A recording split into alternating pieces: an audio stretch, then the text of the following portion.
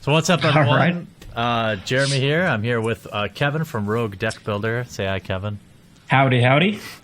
And we're going to be talking a little bit about the recent change to MTGO, the improvement of chests, treasure chests, or crates, as I would call them. I think most people would just refer to them as crates. Tell me a little bit. Tell me a little bit. Should I bring up the changes to like the friendly? Let's bring up the changes to the friendly. Can everyone see that? Let me make it a little bigger. All right. So they changed the payout to crates now instead of points. Is that correct?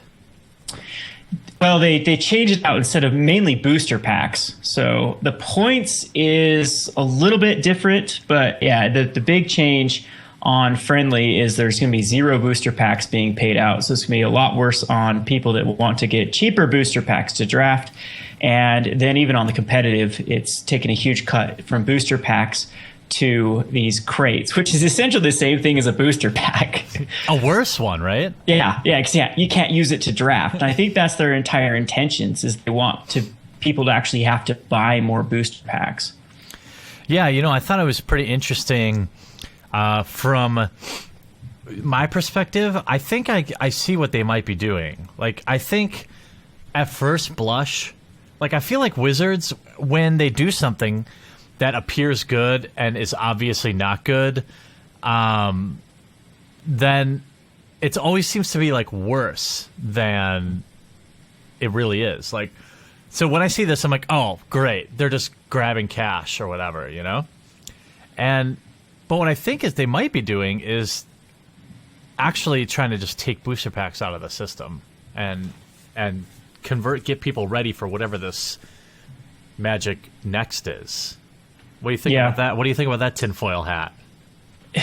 I don't even know how they can transition over to Magic Next without somehow... I mean, they're competing with themselves here, which is very awkward.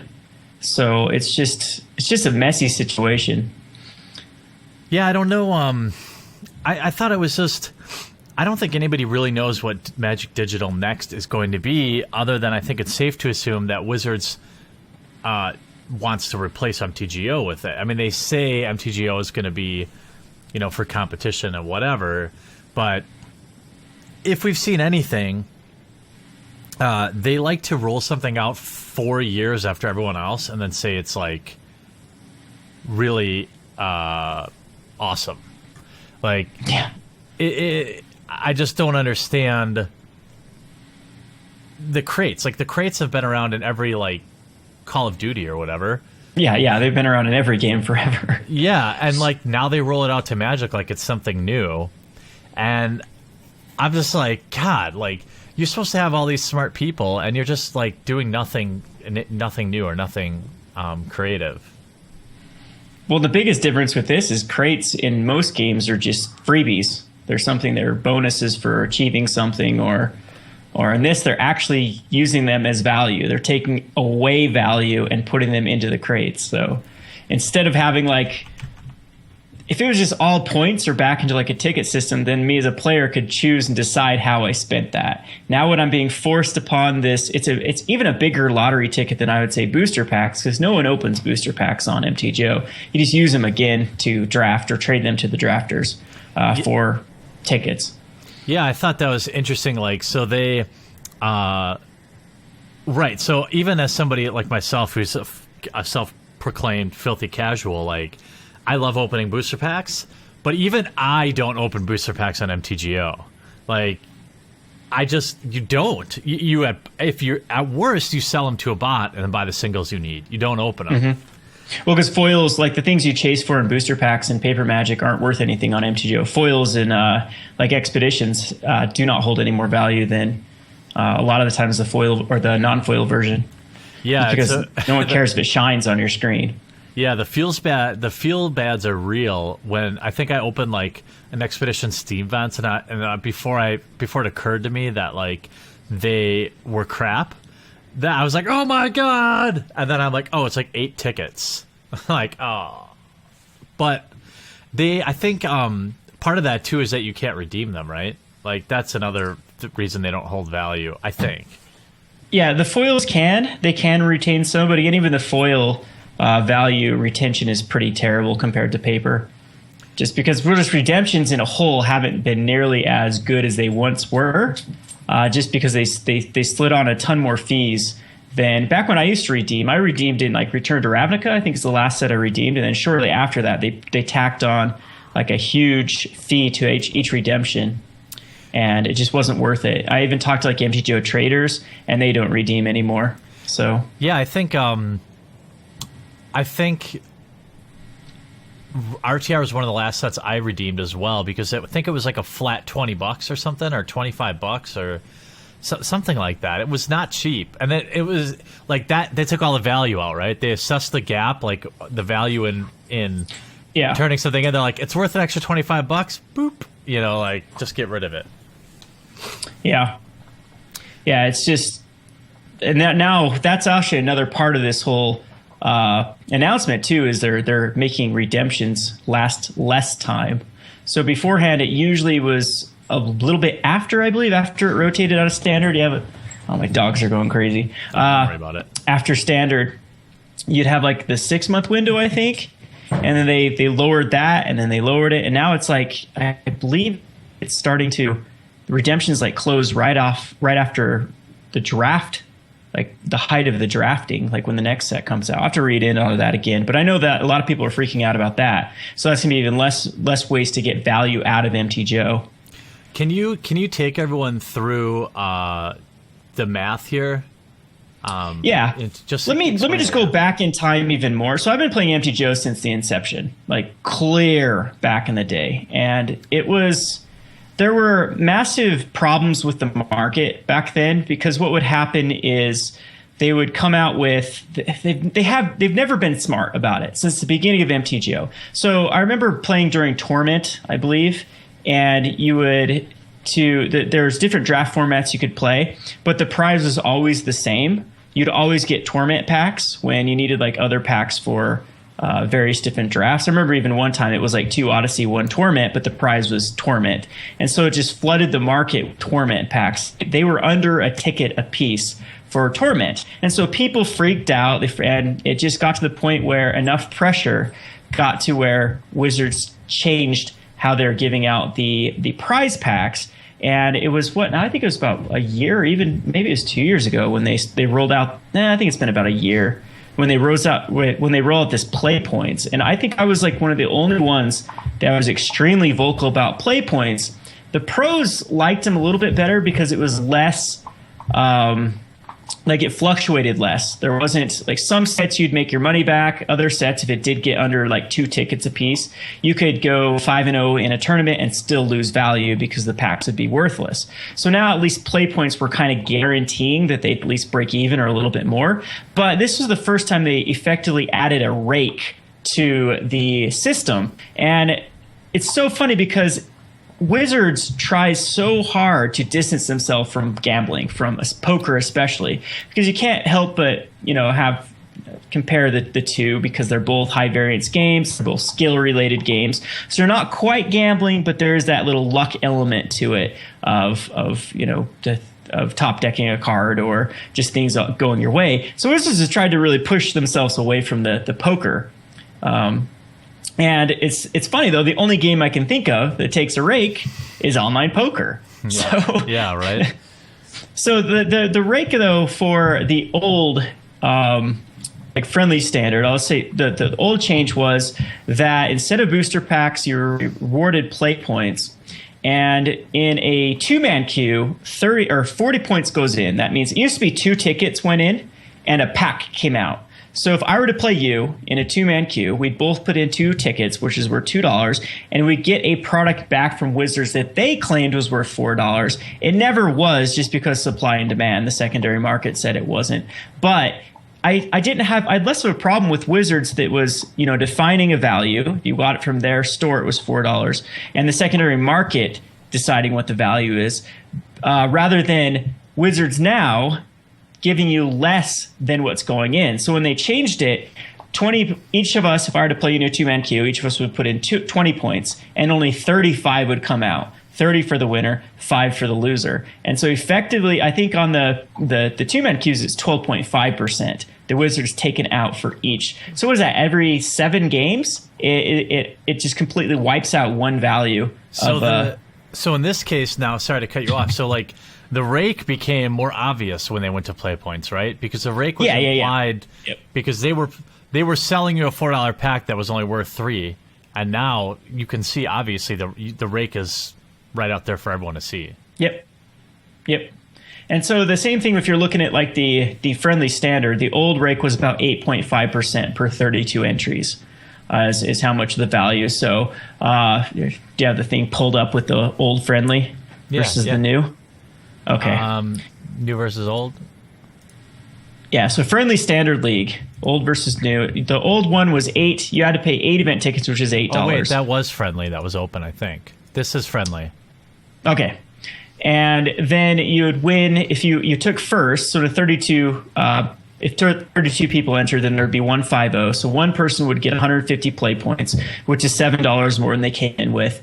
Eldritch Boon are 2 booster packs. And then the 4 match points would get 120 points in 1 booster pack, and then it just got worse and worse as it goes down. So if you total it all up in a 32, it's 256 play points in, and then you get 2,060 plus 7 packs out. So if you evaluate it $4 per pack, which the new system did pretty much stabilize packs. I know the eligibility is really low for some reason right now, but usually the packs were staying around like 3.8 to 4. So we'll just say 4 for the benefit of the doubt of Wizards. That's 2,340 out. So there's a net deficit of 220, which equals an 8.5% rake. So I think it's just become too clear that basically the community loses. Every time that there is a daily or a league or people queue up. I don't even think they have 8-man queues anymore. I think they got rid of them. So. Yeah, they never fired. 2-man queue. Yeah. It was just it was terrible value. I think they had the highest tax out of or rake out of all of them.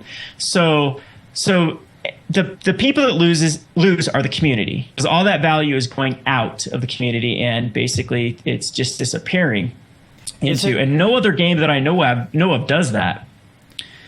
So now. Oh, yeah, go ahead. I was going to ask you. So what you just described was the old system had an effective 8.5% rake. Okay, go on. Yes. So now the new one is a little bit muddled.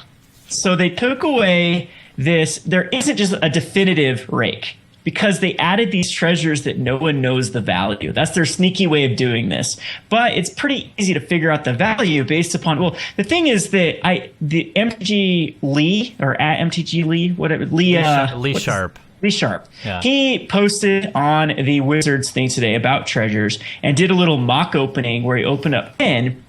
And even by his luck of getting a Force of Will, which is one of the most expensive cards in MTGO, because it's hard for any card to be over $20 in MTGO. I think that MTGO Traders used to have a list of all the cards, like the state of the program, I think is what they used to do on their site. And there'd just be a few cards over $20, all of the formats. We're saying vintage to standard. Well, you can buy Force of Will for a few bucks, Yes, exactly. So Force of Will is one of those exceptions because a lot of people want them for their. It's a 4 of in so many legacy decks, and it hasn't had the most printings. It's had quite a few on MTGO, but it's still rare compared to how many people actually want it. So, and they claim this wasn't staged either. But I have to think, how many times did they go through it? Just open 10 just to make sure they got something. Yeah, I guarantee it wasn't staged, but I also guarantee that was not the first take. Because you could even tell he had no life left. He's just like, okay, well, all right, let's just open all 10. And I'm like, yay, a Force of Will. I was like, oh my God. So they finally found one that had that... the chase rare or whatever, yeah, exactly. And that pushed it up. If you were I added up the value of it. He got 50 play points. I don't know why play points are just stuffed back in. They should just see. It's like a lottery too. Some people are going to win out big, and some people that don't have good luck are going to lose out big. But anyway, he got 50 points out of 10 treasures. So that's 0.5 per, or 5 points. No, yeah. You're 5 right. points per treasure. Yeah. And then. So we got $5 worth of value back out of it right there. And then the remand's worth about 0.8. And depending on, there's just so many different versions, but the cheapest remand right now is 0.8. And that's actually buying from a bot. That's not selling to a bot, which you're going to get murdered on that because they're going to take it for a lot less. And then the force of will they're going to take it 20. for free because they'll just tack it onto something else they're buying for 3 tickets. And because there's no decimals, they'll get it for free. Yeah.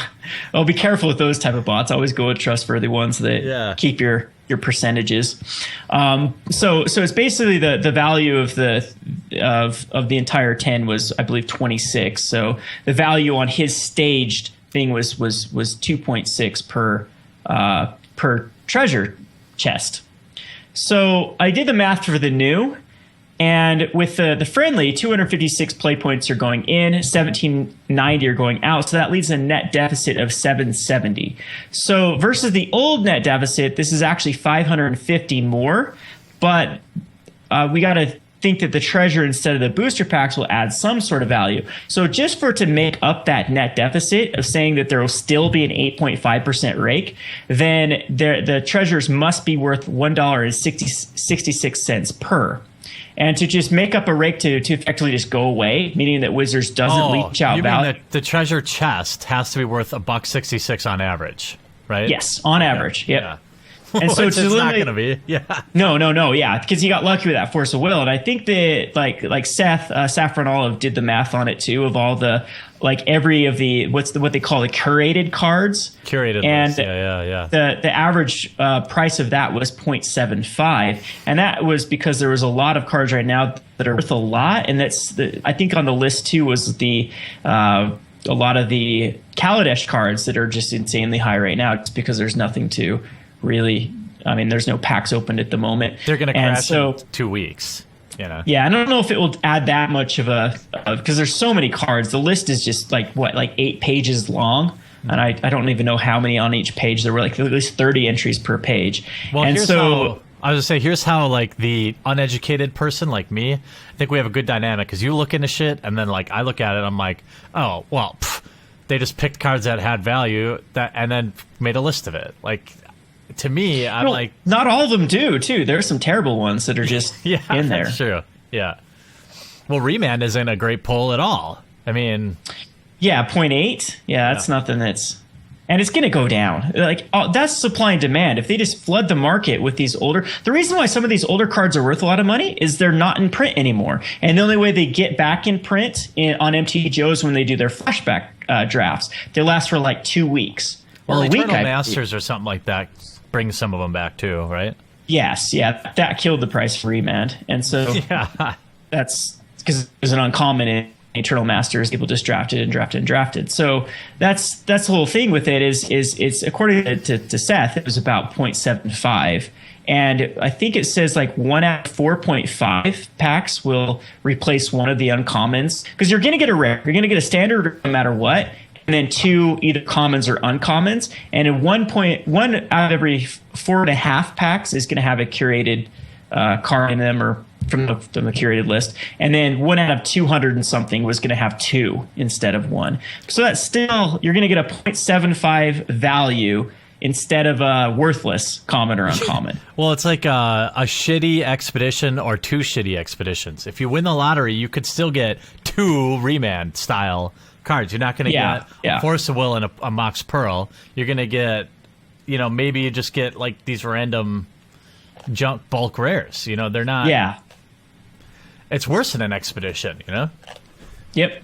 And again, some of these too, they had a lot of because you can get a modern card can also replace an uncommon, a modern rare. Can replace an uncommon or a common, but the average if you were total every modern rare up is quite insignificant. So you could win a lottery right there if you just happen to get a Gristlebrand or something, a Goryo's Vengeance that is worth a lot on MTGO.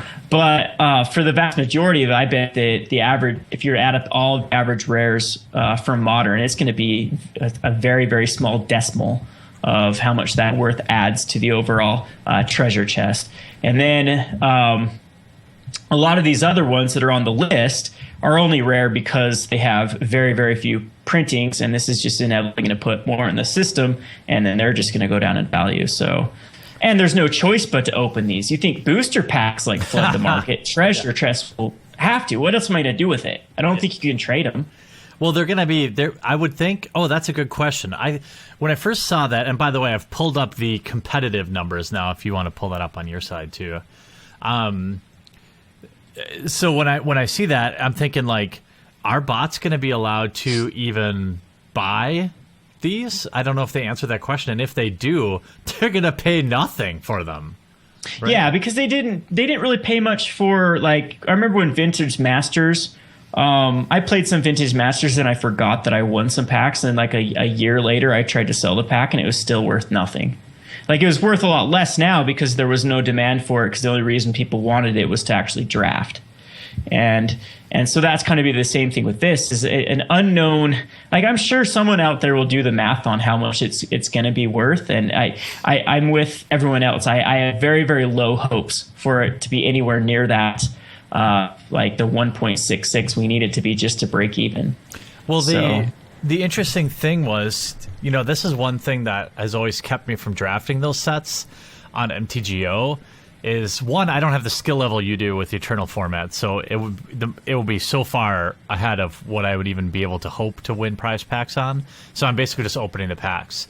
But then, like, when like Eternal Masters or Modern Masters or Vintage Masters came out, I'm thinking to myself, wow, what a great way to create a unique experience that can only be achieved online. Like, this is in my world, a USP, unique selling proposition, right? Like, this is something that you would come to MTGO for exclusively. And when I'm like, I see and it's the same price as normal with no redemptions and worthless cards. Like, the same Eternal Masters was what, $7.99 a pack on MTGO? That's insanity. I mean, yep. You would be lucky to get your money back. Extremely lucky. Well, and they started doing even the Phantom drafts too, where it's like, okay, well, let's not worry about these cards, because you don't get anything. Phantom is where you don't get to keep the cards. Yeah. But again, how much you put in for a Phantom draft usually is not. That's 100% rake. Yeah, basically. Yeah, I mean, yeah. That's an interesting question. So in chat, they talked about the play points that appear randomly. Like, what if, let's put on our tinfoil hats, come on journey with me, Kevin, and let's, what if we just start to see like 1,000 play points, 10,000 play points? Right? Isn't it possible?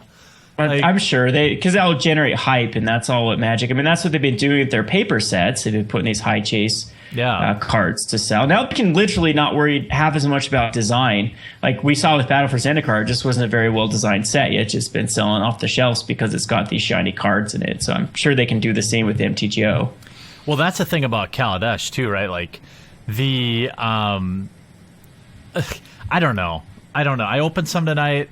It seems fine. I think the vehicles is too gimmicky for me, but I will fully admit, like I say in the video, it's probably me just being kind of a wet blanket. I think new players will probably think it's just the bee's knees.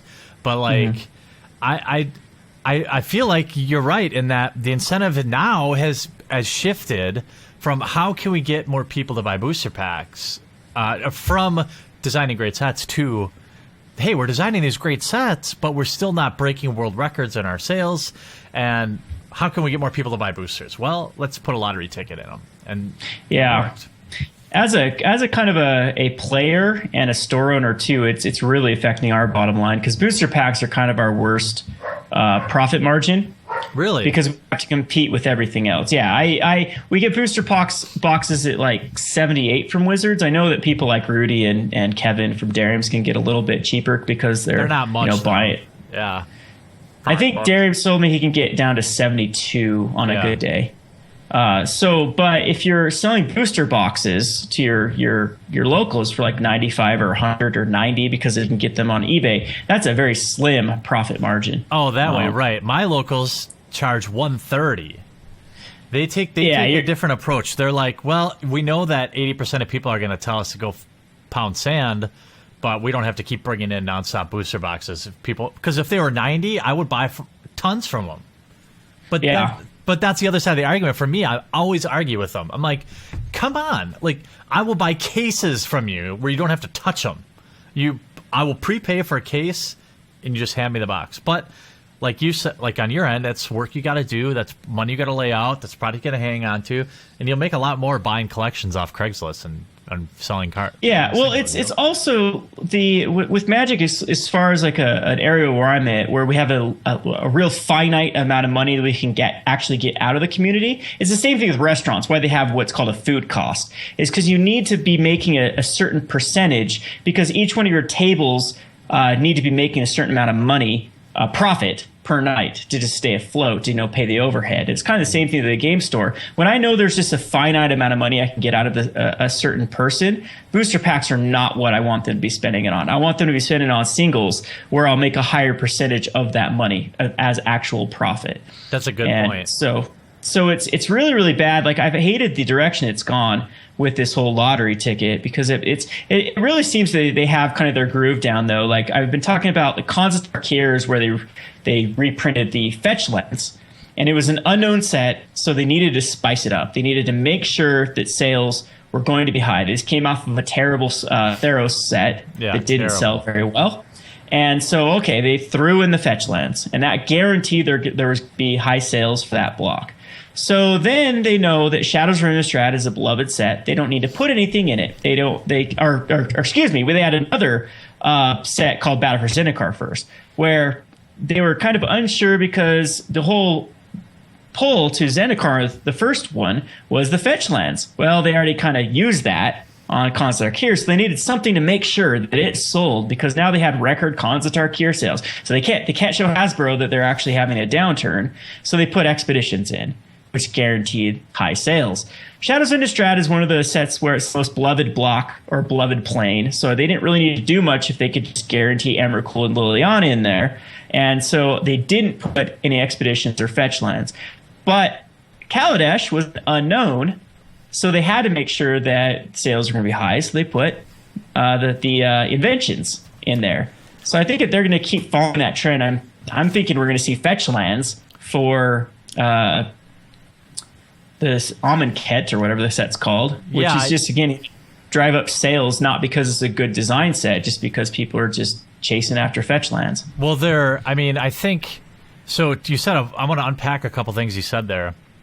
So, one, I really agree. I thought when they didn't reprint the enemy fetch lands, right? Or no, what were the ones they printed the... Yeah, so Ally So when they didn't print them in like Modern Masters or whatever, I'm like, of course they're saving them to push another set. Like that's why they didn't. That's why they won't reprint them. They'll put them in another set. But what's dangerous is, so two things. One, I think they're playing a really dangerous game, right? Because they are playing on a bit of an addiction for a lot of Magic players, and at some point, like you can shear sheep so many times, but now it's getting to the point where they're like bleeding people, where people are overextending, buying product, and eventually, just like it did with me, even somebody who has, I would be on the high end of disposable income to buy cardboard. Even I'm burnt out. I'm like, enough is enough. Like, I'm sick of like. You can only go up so many notches, and now eventually, so either they're gonna have to do one of two things. They're gonna have to say, this next 2 blocks are gonna suck ass because we gotta roll back, or the secondary market is going to revolt. I think against what they're doing now is, in my opinion, passively profiting off the secondary market. But what if all these people sitting on thousands of fetch lands start to get pissed off, and they flood the market with them and sell out when they get wind of it? I don't know. I mean, I think it's a little shitty to profit off the secondary market without giving us the actual cards that we want. Like, reprint fetch lands, don't make them like an extra spicy thing to have in the set. Or reprint, put these expeditions in at Mythic instead of, like, they're reprinting, I didn't say that right. They're reprinting something that we all want, some of these masterpieces, but they're making them so mega ultra difficult to forget that they're not going to really affect the supply, and they're targeting the lowest common denominator, the pack cracker, like the guys like me that Wizards survives off. Eventually we're going to run out of money. Yeah. And it is like, I think it's a bigger money grab for Wizards. I think they felt left out when they had the big when Magic went from 5 million to I think at Zendikar it was like 5 million. Then Innistrad bumped it up to around 10, then RTR to 15, and now we're currently like 20 to 25. And so there was this huge price increase in the secondary market, and people just made millions of dollars that had the stock. And I think Wizards felt left out, that everyone made these huge off of their game, and so I think this is their way of taking it back. Making sure that the majority goes to them. Yeah, you know what? When I put my business hat on, I've been saying for years, why the hell doesn't Wizards just make a from the vault expensive shit? Like, why wouldn't they? So like, I would rather see them reprint it in that way, though, where it becomes obtainable for a reasonable price. Make the MSRP something that takes advantage of the secondary market, but the people that want them can buy as many as they want. And then you don't have this like incentive to hoard, or you don't have this need to. You can make it all in supplemental product. Like this anthology stuff, I think is great, but they need to cram a bunch of reprints in them so people can go get those cards. And that's not what they're doing now. They're making us making us pay retail prices for those singles anyway, because we got to chase them with booster packs. Yeah. And the other thing is, I've mentioned too, what do you think of the concept that, and I want to get back onto the sheet, but so like you know what, I won't go down that road. That's not what we're supposed to talk about. But I was gonna talk about how I think they pitched these masterpieces as a way to make standard cheaper, but the way it plays to me is just that they're crowdfunding a cheaper standard. They're making it cheaper for grinders, off people like me. Like, they're like, these idiots will buy anything, so they'll flood the market. Instead of doing something like lower the prices or do reprints, they're just making us buy more. So it's not really cheaper. It's just more casual players have to invest more money in the booster packs. Yeah, and it's almost a catch-22 as well. I mean, a lot of the more competitive players are happy about this because they can build more decks. Instead of like a one $700 deck, now they can have five $120 decks, and so that's nice and all. But what happens when you come to the point where you want to sell off your cards, when it's worthless? So your collection needs to retain value at the same, so it needs to have a worth. To make a collectible card game feasible. Right. Well, that's the secondary market is one of the primary reasons Wizards have stayed around this long.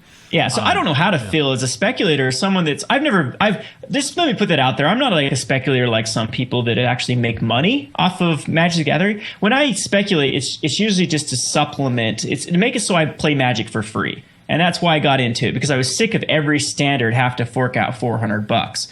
And so I made sure I had a healthy collection so that I could just continue to trade off cards to then purchase my next. I was so dirt poor when I got back into Magic. I talked about this in my Q&A yesterday because I was in a bad place. My ex had ran up about $50,000 worth of debt.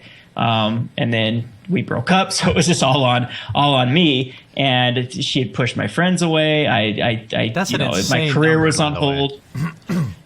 Data borderline, and you'll understand where that money can go quickly with ER visits and unnecessary ER visits. So ambulance rides. But anyway.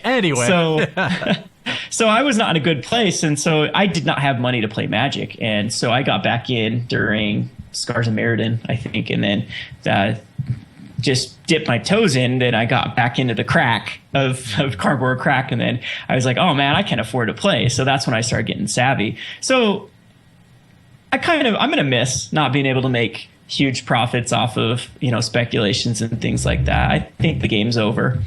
It's gonna be hard for cards to retain their value and go up in value. Yeah, I think that's very true in that I think the well is so deep though of of things you can still make money on if you're smart like you are, but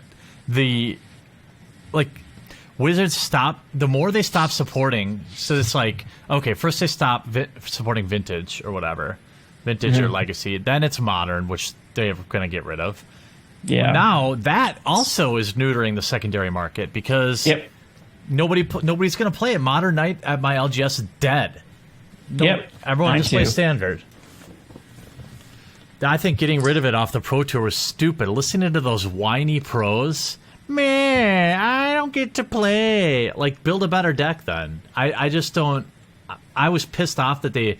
I was also mad they banned Eldrazi. I thought they should have given it at least another Pro Tour. But anyway, or another major event. So they kill off Modern. They kill off all these other Eternal formats, and leave us with, we have nothing to grow into. Like, as a Standard player, you're like, oh, well, I just have to stay on this conveyor belt of paying money every 3 months if I want to play this game. People are going to get burnt out and leave. They just will. Yeah, and it's a huge myth that Modern doesn't sell packs, because it's the faith in the game that sells packs. So if there is no faith in the game post Standard, then what's the point? You're going back to your how many times can you shear the sheet. I think we see the burnout. I think the average Magic player lasts about 2 rotations before they're done with keep buying into Standard, unless we can get them into another format like Modern. So they have to. It's not it's out of necessary. They need to fix Modern. They need to make sure that it's a healthy format. Yeah. But Wizards is just too stupid, in my opinion, to do so. They overreact about everything. They overreact about, like you said, with Owen Turtenwald calling Modern a terrible format. And, it's one guy. Modern's the most popular format. And it's really, really good when they can, if they would just stay consistent with their bannings, if they would just keep trying to figure out how to make it better and not let it get stale, then people would just continue to gravitate to it. The largest GPs ever were both Modern. Yeah. I don't know where they're going with this. So it just makes no sense. The whole company just needs to be shaken up, and I hope Hasbro will actually make the right call. Yeah, I mean, bringing it back, we meandered as my fault. I don't do good staying on topic, but neither do I. Yeah, so so bringing it back to these treasure chests, I think, is just another misstep. It's like every time Wizards does something like this, they appear so out of touch with their player base. Like, do you think we wanted Call of Duty crates? Of course, fix your interface.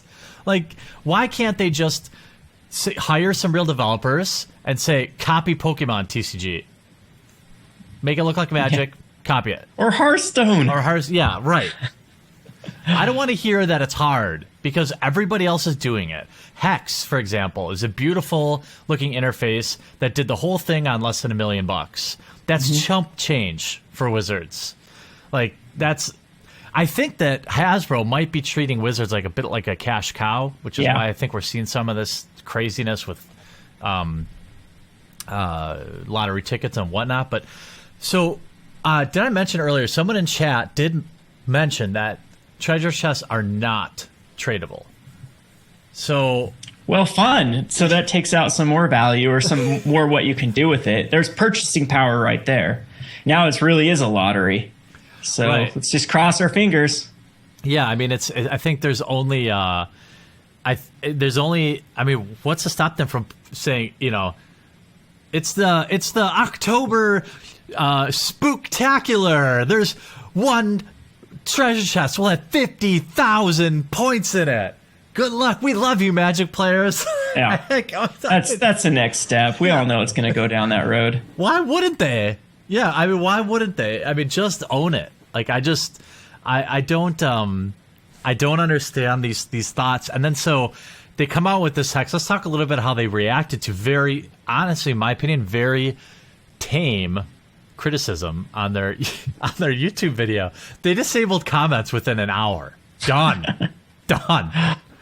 And like, can someone in chat give us a current update on ratings of that video? Last time I saw it was like 50 up, 400 down, or something like that. Like, it was. Jeez. Like, I commented on there. I said, like, what were they thinking? Of course, why wouldn't I? But then, like, there are only 6 comments on 6 or 7. I should have screen capped it. There's only 6 or 7, but literally none of them were vulgar. There was one on there that said like, how about you fix MTGO instead of giving us this? Which obviously, how did they not expect that comment? And then it had like 11 or 12. Yeah, 94 likes, 418 dislikes. That might be the most disliked Wizards video ever. It's got to be one of the most in this year for sure. And they how do they respond? Like, no, stop talking bad about my products. Like, just buy our shit. Don't tell us that you want to use our software but it doesn't work. Just buy our shit and shut up. Yeah, that's Wizards for you in the last decade. That's how they've been. That's how they've been with me. Every time I've had a criticism, their response is just to block me on whatever, however I'm messaging them. And I've been pretty tame with people too. I'm very upfront. I'm gonna speak my mind. I'm not gonna sugarcoat it with like, just the formalities that don't need to be there. Wizards has been on the wrong side of every issue now, and their way to do it is just purge the dissenters rather than actually listen. We saw that kind of happen with Reddit. Reddit used to be, I think, the whole going back to like the Jim Davis, Zach Jesse thing was more people are in favor of like the Reddit post was outraged by it. I think if they were to redo that in this day's and age, I don't think there's enough people left on that site to have that viewpoint again. They've effectively purged that social media site. Now they're trying to purge Twitter. They're trying to all these mass block. Why am I blocked by so many people? Well, I barely started using Twitter. There's block bots. First of all, because you're a dirty scumbag MRA, and so that's right. I mean, seriously, I never interacted with some of these people ever, and I was pre-blocked. Yeah, me either. Pre-blocked. Yeah, there's lists out there that now, because you've interacted with me, that you're on, and you're just pre-blocked. And this is what Wizards wants to do. And like you said, they've purged all. What happens is, I think, is it starts out as constructive criticism, and then they don't listen. So then it gets a little edgier, and they don't listen to that. And then they block you, and now you're like, well, screw you then. Then now you're just disliking the video for fun because like you don't want to listen to me. You don't care. They would have been better off not doing anything. Yeah. Yep. I don't know what to do about this company. I mean, again, it's just so weird because any other game or any other aspect of my life where I've been this outraged about, I would have just quit it. But they've got this stupid game that's actually fun to play, and that's what keeps me going. Yeah, it's funny because so now on like that other YouTube channel that I'm kind of sort of posting to, they like a new TCG sent me like a booster box and a Exodius or something. I'll figure out from them on Monday how to say their name right. But I'm like, it's not Magic. And like that's how I feel about everything. Yep, I tried to play Dice Masters. Dice Masters is I actually love Dice Masters, but it's just because it's a nice break from Magic. It just seems to be even more high variance though, but it's just not. It's not as in depth. It's just I just can't get into it. Well, you know what's especially hard for me too is so I'm a weird combination. I don't know how many people in the Magic community. No, actually, I'm probably not that unique. I'm just basically a tryhard, but I also don't like. Like, I like to compete in a draft. Even if I know that I'm, like, third best in that pot of 8, I still have a chance, and it feels good, like, every third time when I win. And when they screw with prize support, like, this, now I will never, ever draft on MTGO. Like, why would I? I mean, I like getting those booster packs, and I like selling them, or I like to see 3 booster packs and 2 play tickets as my entry fee and pay that. Like I don't, and I know I'm going to get booster packs out. I don't want chests. Yeah, I'm gonna do that at my local game store. I'm gonna make chests. Yeah, there will be an expensive card in one of these chests. Yeah, but the average value is gonna be 75 cents. Yeah, it's just grab bags. That's what I'm gonna do. I'm gonna just make grab bags, and that will be the price of. You put $100. Imagine that. You put $100 card in one, and all the rest. And the other 99 you put nothing. Yep. And everybody wins everyone wins a treasure chest. Just imagine that's a good analogy to draw. Why, if MTGO ran a local game store, how many people would actually go to it? How many people would like the prize support? Oh, so zero, if right? Yeah. I put in value to so we do Friday Magic for, I think, we do usually standard for $5, modern usually $5 or $10, depending on how. Usually we ask our players how much they want to put in. 100% of that goes to prize support. Right. How big of prizes do you want? Yeah. And then for incentives, we'll actually put in higher prize support than 100%. And promos and things like that. We always give out some promos and just like I said, incentives to even come and play. And then we do some free standard tournaments throughout the week where we add prize support to. And all these are just like marketing costs, or costs of trying to get people in the door. Yeah. I would love to be on their business model to just effectively take out 8.5% out of every game that is played. You know what I'd really love to do is I'd like to put two people down and say, okay, to use my table to play a casual game of standard, or I don't know, not casual, but just sit down on this table to play. To play test. Yeah. Yeah. You pay $2, you pay $2, and then you're gonna get $3.50 back from me. Yeah, right. Yeah, that would be really interesting. It's funny to think about when you describe them as like a local game store, because really MTGO is really weird in that way, in that it's like they have the secondary market. That leads to a lot of problems, right? So they don't deal with buying and selling cards. So there's like thousands of bots that do that. But they're also the originator of 100% of the product. So like it'd be like buying all your stuff from one LGS and walking across the street and playing at the other one to do your trading or your whatever, any other interaction that you would do in LGS. But then they're still taking money. Like, you go to the other LGS and they're like, yo, 8.5%. Wizards is... I wonder if they ever explored letting these bots sell packs. Buy packs from Wizards at bulk, at cost, and then just like real LGSs. What do you think would happen? Yeah, I know. That would be interesting. The whole thing about how the MTGO economy has never been able to stabilize is just there's been so many more drafters on MTGO than there have been, because draft is the format that's harder in real life to actually get 8 people together to do.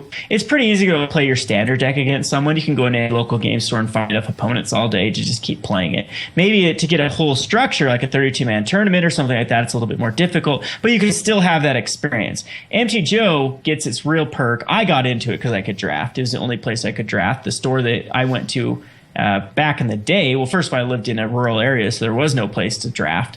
MTGO was draft. And so whenever I'd pull an expensive card, I'd just sell it back to the bots to buy more packs to draft again. And so it's just effectively like leached out a ton of value right there just due to supply and demand.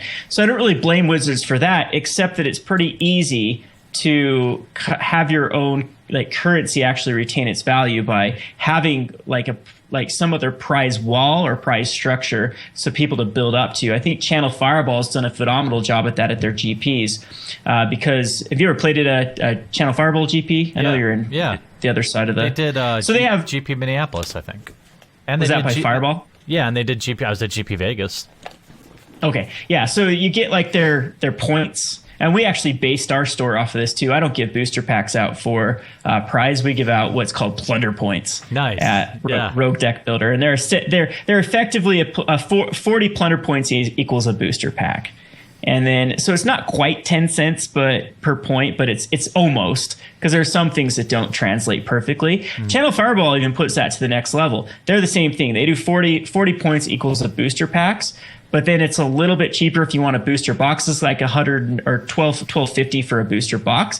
But then if you want like an Arid Mesa, it's like double. It's or an older booster pack that's like, if you want a Theros booster pack, it's like, I believe it was like 80 points. It's like twice as much as the one currently print. And it gave people a way to like to work towards a lot of points to get the Arid Mesa, and it stabilized the price because they have a high and a low. Do you want a generic booster pack? Do you want an Arid Mesa? And so different people wanted both of those different things. And so it really did a great job of stabilizing the value of a point. And Wizards could have easily done that. They could have put expensive cards. The only way you could get them is from their prize wall. And then they really just need to hire like an economist, or at least have someone just keep looking at it, because well, apparently I'm sure they try. I think what you've proven is that they don't even need an economist. They just need someone who understands a little bit of what's working and what's not working, right? They need to just pay attention to it. I think they launched MTGO and they're like, ooh, here's a free check every month, like welfare. And then they get their welfare check and they have no incentive to do anything to make it any better. And now they're like, oh shit, it's 2016 and there's 5 other digital options that are 100 times better, and we're bleeding customers. They all went. I mean, what a terrible kick in the nuts when Kibler's like, I'm out. And he made the right move. Look at what he's been able to do on Hearthstone. At first, I shook my head. I'm like, you're the top. I think when Kibler made the switch to Hearthstone, there was maybe like John Finkel. Who else was more known than Brian Kibler at the time? Probably nobody, right? I mean, even LSV isn't. I mean, maybe now. Yeah. But without Kibler, he wouldn't be as popular as he is now, right? Because everyone would want Kibler in the booth. Yeah. I mean, there probably is like 5 or 6, but I mean, Kibler was tier 1. He was definitely, he'd already won 2 Pro Tours at the time, I think, when he swapped over, and just had a huge personality. He was one of the big draws to Star City Games. He's one of their if you wanted, because what I don't like about Star City Games is half their articles are under the paywall.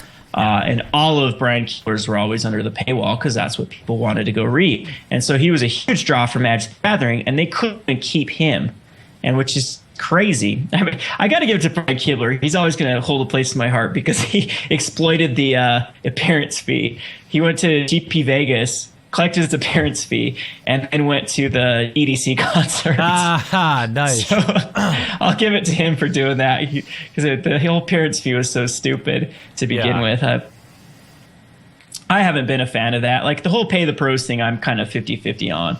Hey, I put out that video that said paying the pros was stupid. Either make them an employee or don't. It's not our fault it's not our job to support, just like in poker. Like everybody who knows how anybody who's doing it right does it would tell you to take a nickel from every booster pack and have $1 million pot in these tournaments, and you wouldn't need to pay the pros because you would have so much money in that prize pool that even taking 40th place would pay $3,000. And that would be enough incentive for great players to come to your events. You don't need to pay them. Yeah. So, or even do like Dota 2 does. Like instead of a booster packs tax, how about some people that buy into the system? Like Dota 2 is such a beautiful game because they do what's called the compendiums, which are completely optional. They don't affect the game whatsoever. Yet they generated like 20 million last time, and it all, like, a huge percentage of it went into the prize pool. And it's just because people wanted to support it. They're like, oh, cool, let's all, and there was different like reward tiers. It was all aesthetics. It had no effect on the game. And Wizards could do the exact same thing. You could all buy a compendium for your dumb little What the hell is that Planeswalker points thing even there for? Right. The buys are so unattainable for anyone that doesn't GP grind because it's so bad. Like how many points you have to actually get at a casual 3 points per win type system. And what am I? I'm like rank 54 sorcerer. What the hell is that going to do? What they should have done is, hey, you want to be a part of this program? $10 a month. And then it will give you different rewards as you go along. They'll send you like, why did they get rid of the whole like foil cards you could get in the mail or redeem? And all of that money minus the cost of running the program could have been put in to a tournament, and they explicitly said that this is going towards a good cause. This is going to go towards Pro Tour or Worlds, and they could have easily generated these multi-million-dollar tournaments, not these sad $30,000 payouts. Yeah, well, that's exactly it, right? Like they could print those Judge Foil promo Forcibles are like $800. You could print those and put them in there. and generate all the money you need to have. And then, you know what? ESPN wants to cover you. And crazy good poker players are like, holy shit. Like, I could also play Magic and go to the freaking $1.2 million tournament that happens 10 times a year. Like, we would pay for it. Instead of having expeditions and booster packs, you could have them available through these membership programs. And everyone would do it. Yeah. Everyone would do it. Like, I would do it. And they could be an opt-in thing, just like I said. It's just so people that aren't interested don't opt in, and the people that are, well, cool. This is build like a community within a community, and all these other games have been very successful doing that. Pro Tours, they lack the drop.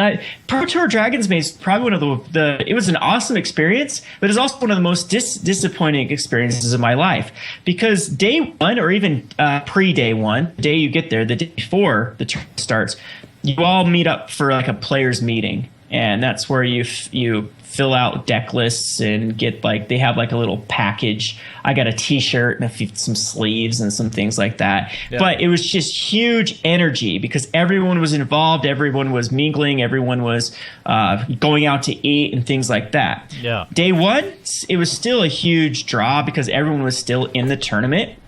But day two, when half the players are actually, it's about, I think, 45%, I think 55% make day two. So like 45% people get eliminated. They just decide, to hell, there's nothing to do here because it's not good coverage. There's not like anything for, they'll have like free drafts going on in the back room, but the energy just is completely gone.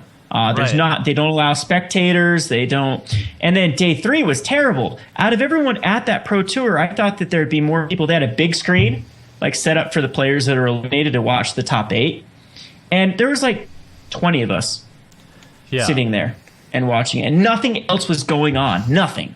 They should have made it like this convention type thing where there was a reason to stick around. You should have been able to be on the rail. Had fans come in. Yeah, you should have been able to be on the rail so I could see you on coverage cheering for somebody. Like, how cool would that be? And it was so sad when I think Craig Wesco won the tournament. By the time he won, that place was a ghost house. You could, you couldn't. Well, that's because no one was there. There was no one there. Everyone had decided, pack up and go or whatever. They actually should have like a day 4, just kind of be like a wrap up or a celebration or something, just to, meet the fans. They rented a damn convention center. Yeah, it just seems like the biggest waste. And it just shows, back to my original point, is Wizards of the Coast makes a great game, but they mismanage every other aspect of the game when it comes to the digital products, to the community. They're way too politicized for a company, way too politicized. And the reason I'm banned from all these little inner clubs is I call them out on that. Right. I don't think I'm necessarily in the opposite end of the political spectrum as they are. I'm just usually a whistleblower saying, why are you fully endorsing this entire side of the spectrum? And, again, they've been on every other wrong side of every issue with their knee-jerk reactions to things, and it's just everything is so mismanaged compared to every other game that I've been a part of, and it's. Every day I wake up, I wonder why I'm still sticking with it, why I'm still throwing money to MTGO. Yeah, well, hey, I think, first of all, now is a great time to remind everyone, Rogue Deck Builder has donated his time tonight to bring some validity to my shit posting here on YouTube and on Twitch. So if somebody in chat could please post his YouTube channel, or you could search for him on YouTube, obviously, at youtube.com. And then just find Rogue Deck Builder or search for him on my channel. This video will go up on my channel. You can follow him at Rogue Deck Build on Twitter. Is that correct? Rogue Deck Build? Yep. His builder doesn't fit. Yeah. And I'm going to put a link in the description of the video. But his channel is totally different than mine and totally interesting. Even for somebody like me who... It's really hard to stay interested in something that doesn't have a cat in it.